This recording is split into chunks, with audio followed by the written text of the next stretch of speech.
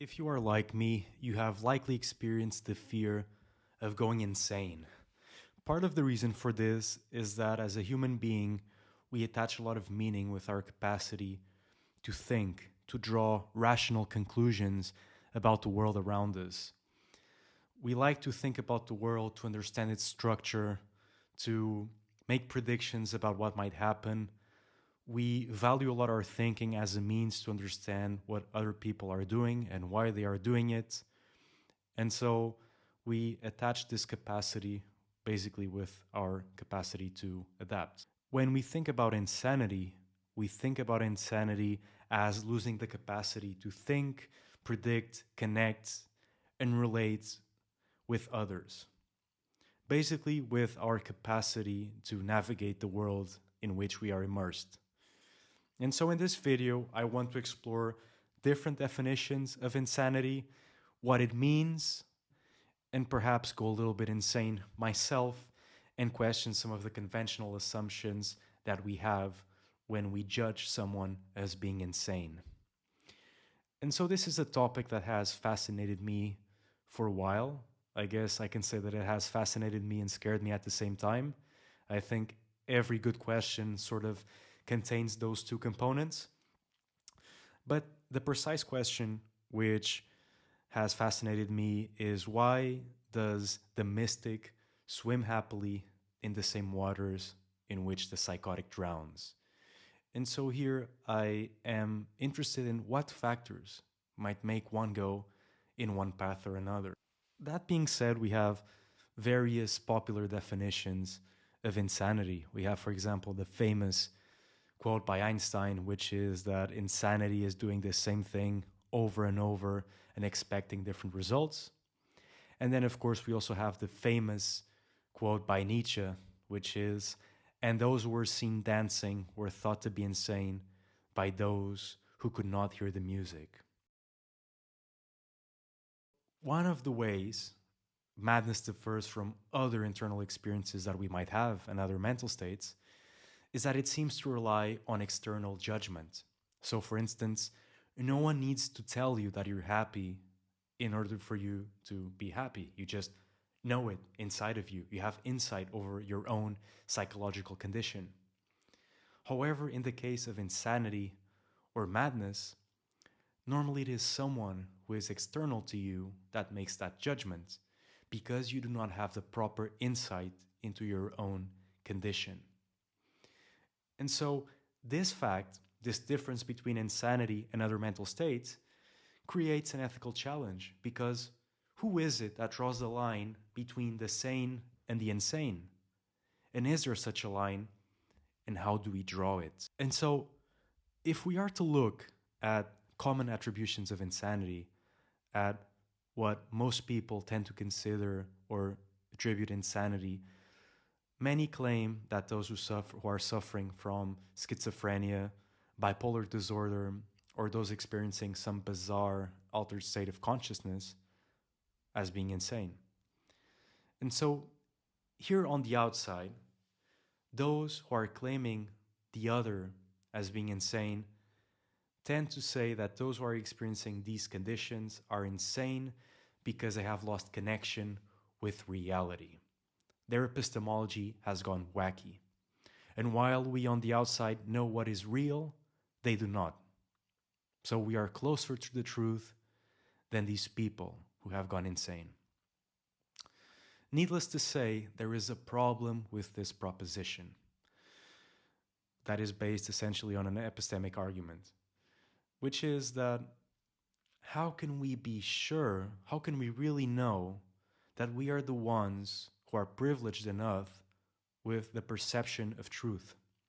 How can we know that these people who are experiencing, for instance, psychosis or other types of altered states of consciousness are actually the ones who are insane? And so this is just a question, a philosophical question, a very common philosophical question about how can we know what is true and false? And so in my humble opinion, I don't think we can, with full certainty, or perhaps even with a good degree of certainty, to claim that the phenomenological nature of someone who is suffering from one of these conditions or someone who is in an altered state of consciousness is a false experience. Of course, as long as we don't adapt a completely radical form of skepticism, we can have an intuition or even a good idea that maybe some perspectives are further away from the truth than other perspectives. And so we can make a gradient of truth. And so perhaps in that perspective, we can say that some people are further away from the truth than others.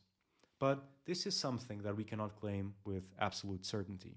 And perhaps we don't really need to have that absolute certainty when we are making these types of judgments.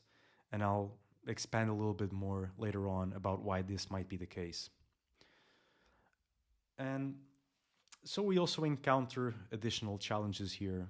For instance, someone might arrive at a true conclusion through a completely crazy, let's say a crazy reasoning.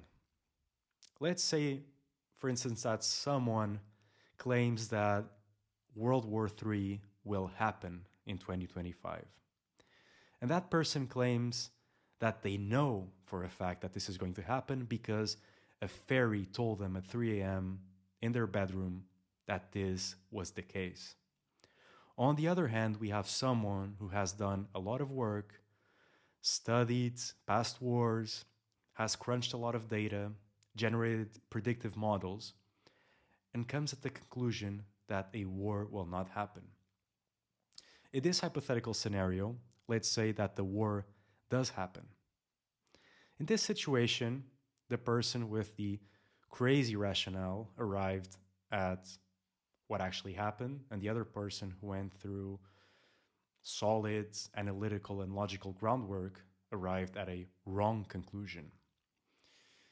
And so, in this case, can we say that the fairy whisperer, if we are basically judging insanity as the mere fact of detecting reality, can we say that the fairy whisperer is actually the sane one and the analyst is the one who is insane?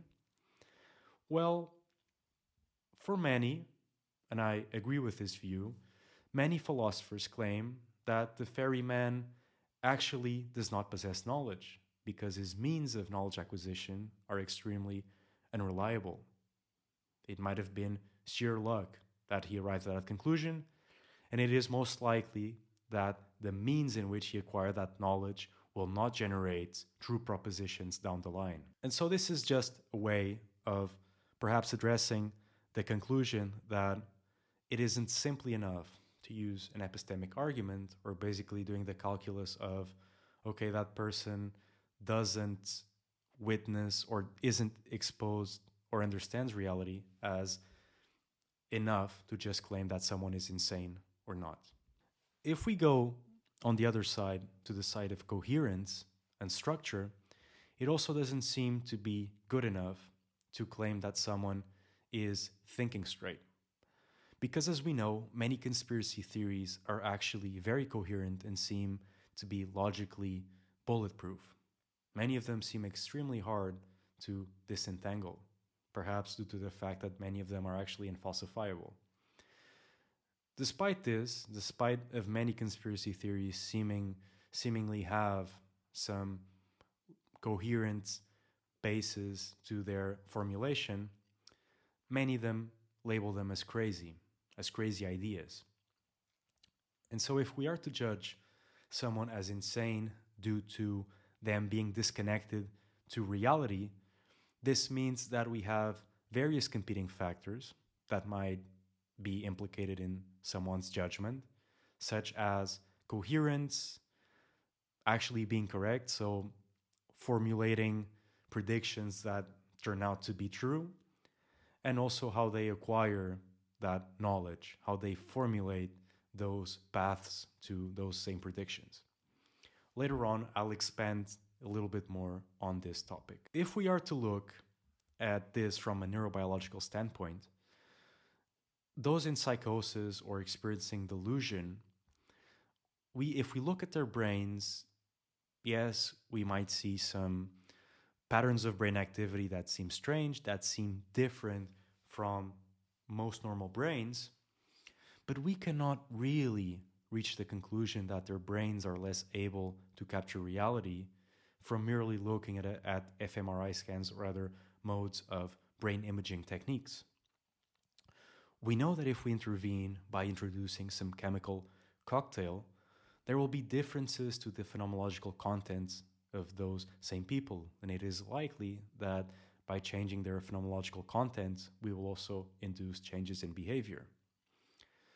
But that doesn't really tell us that they have gone from a place that is further away from the truth to one that is closer to it. It just tells us that if we play with certain switches and we modulate certain patterns of brain activity, then we are able to elicit behavioral changes in that person and perhaps make that person more functional. We tend to arrive at the conclusion of those brains being faulty, normally due to the fact that those individuals who are perhaps suffering from psychosis or other states of other altered states of consciousness, that those same states are causing them to act in ways that breach social consensus and become dysfunctional to the context in which these individuals live in, right? So, for example, and this is just a silly example, but it is normal to take your t-shirt while you're at the beach to catch some sun. But doing so at a business meeting inside an office creates a contextual problem.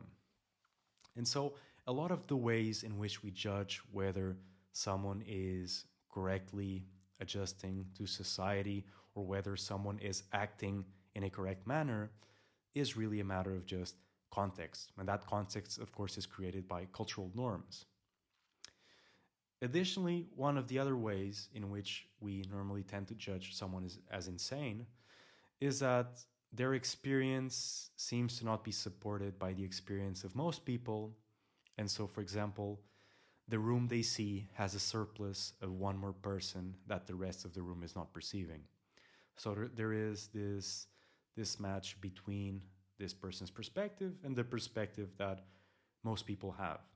And the people on the outside don't seem to be able to comprehend the experience that that person who is experiencing psychosis or, once again, altered states of consciousness is going through. And given all of this, I have a proposal, which is tied to taking a pragmatic approach, a practical approach. So, given the idea that there are various reasons to claim that insanity cannot just be one's incapacity to know or to understand what is truly real about the world, because that would mean that the person diagnosis or offering such a judgment is in contact with the actual truth. And by being in contact with the actual truth, sort of like in a third point of view manner, that person compares their experience of absolute truth with the experience of the person in a delusional state, and then is able to claim, okay, since your experience does not match mine and my experience is correct, yours is wrong, you're insane. That's in many ways the calculus that is often made when determining whether someone is insane or not. And so, given that there's a lot of problems with making that statement, because all of us are flawed human beings that are just floating in this state of complexity, and we cannot for sure claim that our experience is correct, or even and more so the experiences of other people.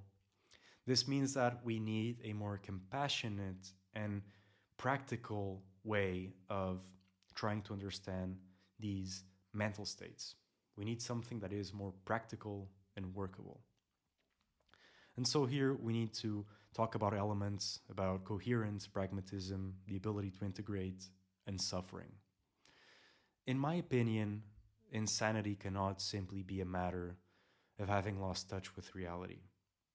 I think we need to be more practical and perhaps even more epistemologically correct, and say that insanity is when one's brain constructs a world that is absent of coherence and meaning to an extent that it becomes completely impossible to navigate and survive for the person who is experiencing that world.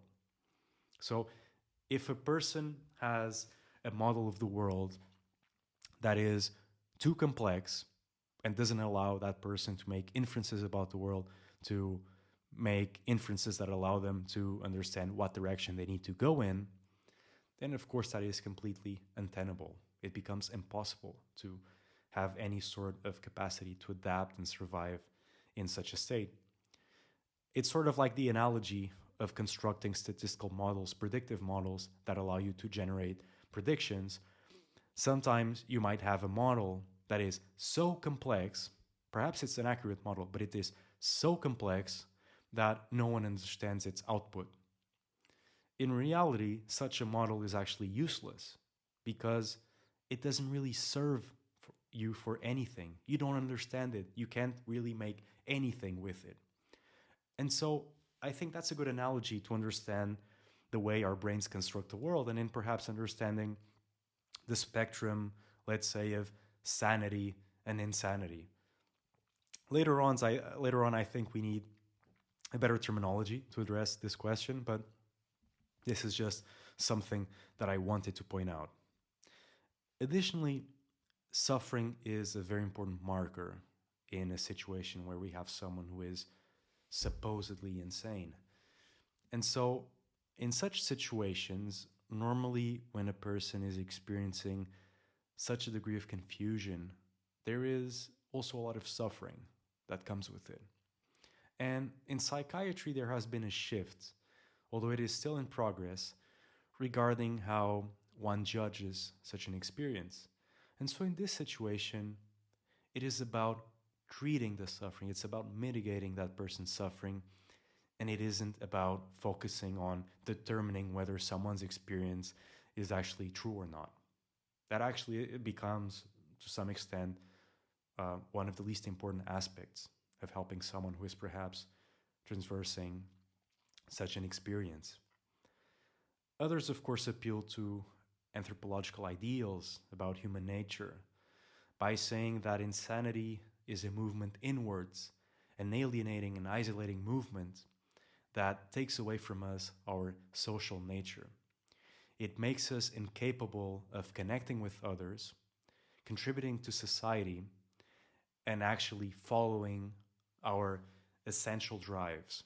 To some extent, this is a definition that has some utility, because we can argue that at the end of the day, what most, let's say, mental disorders, the main element that binds all of them is the fact that they make someone dysfunctional. They make someone dysfunctional in terms of the context that they need to function in. So if we look at dysfunction, this anthropological definition of insanity actually has some utility to it. But to conclude, my main message is that I believe that we shouldn't focus in judging someone's experience as being right or wrong, but in helping such a person in navigating their experience and arriving and achieving a sense of peace while alleviating their suffering and allowing them a way to become functional again. Because at the end of the day, we are simply flawed human beings. We are trying our best to navigate this complex world. We have constructed all of these simplifications and models to understand what is around us. But at the end of the day, we are surrounded by the unknown. And because of that, we have constructed a lot of stories that can give us a sense of comfort and safety. But with that in mind, I truly think that the most compassionate and open approach to helping those who are supposedly insane, and here I'm proposing a better term that is, I believe in my opinion, is much better than saying that someone is sane or insane, is by classifying them as being a functional human being or a dysfunctional human being. And someone who is experiencing a dysfunctional mode of existence is someone who is essentially unable to live the life that they want to live. They don't have the sufficient tools, and they don't have the sufficient experiential knowledge to actually navigate in the world in which they are embedded in.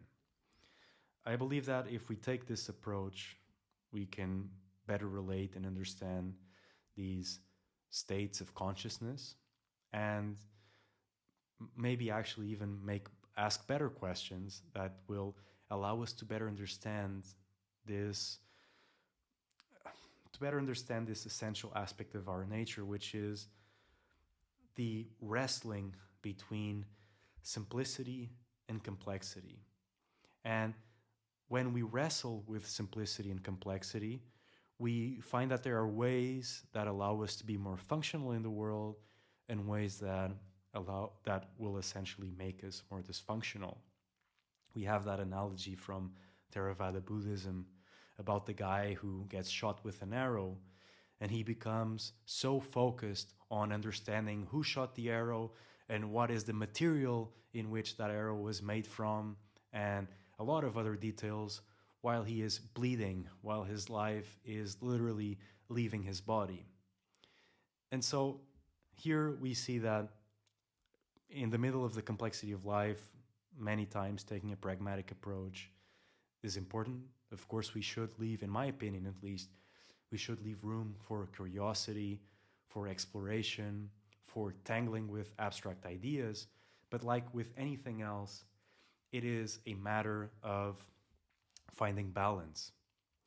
A final remark that I would like to say about insanity is that normally what tends to be judged as insanity, as I mentioned before, is when we have this disconnect between what a society or a community expects of us and the way we are behaving. And eventually it reaches a point where our behavior is simply not compatible with the community, with the cultural framework in which we are living in. And this is just to say that this is just something that I wanted to mention, that regardless of how we structure a society that privileges free speech, regardless of how we construct a society that has libertarian values, at the end of the day, we will never actually live in a free society, because being part of a society always carries its costs. And the costs are that there are certain social norms that you must respect, that if you cross them, you will very soon find yourself with a loss of liberty. So this is just a final remark that I wanted to include. And I hope that you enjoyed the video. If you did, please like and subscribe. I would like to hear your comments regarding this topic. If you think that my discussion was flawed, or if there were elements that you believe require some more fine-tuning, or if I'm just completely insane by the things that I said in this video. But that aside, I just hope you enjoyed it, and I'm waiting for your feedback. So thank you very much, and stay tuned for more videos on my channel.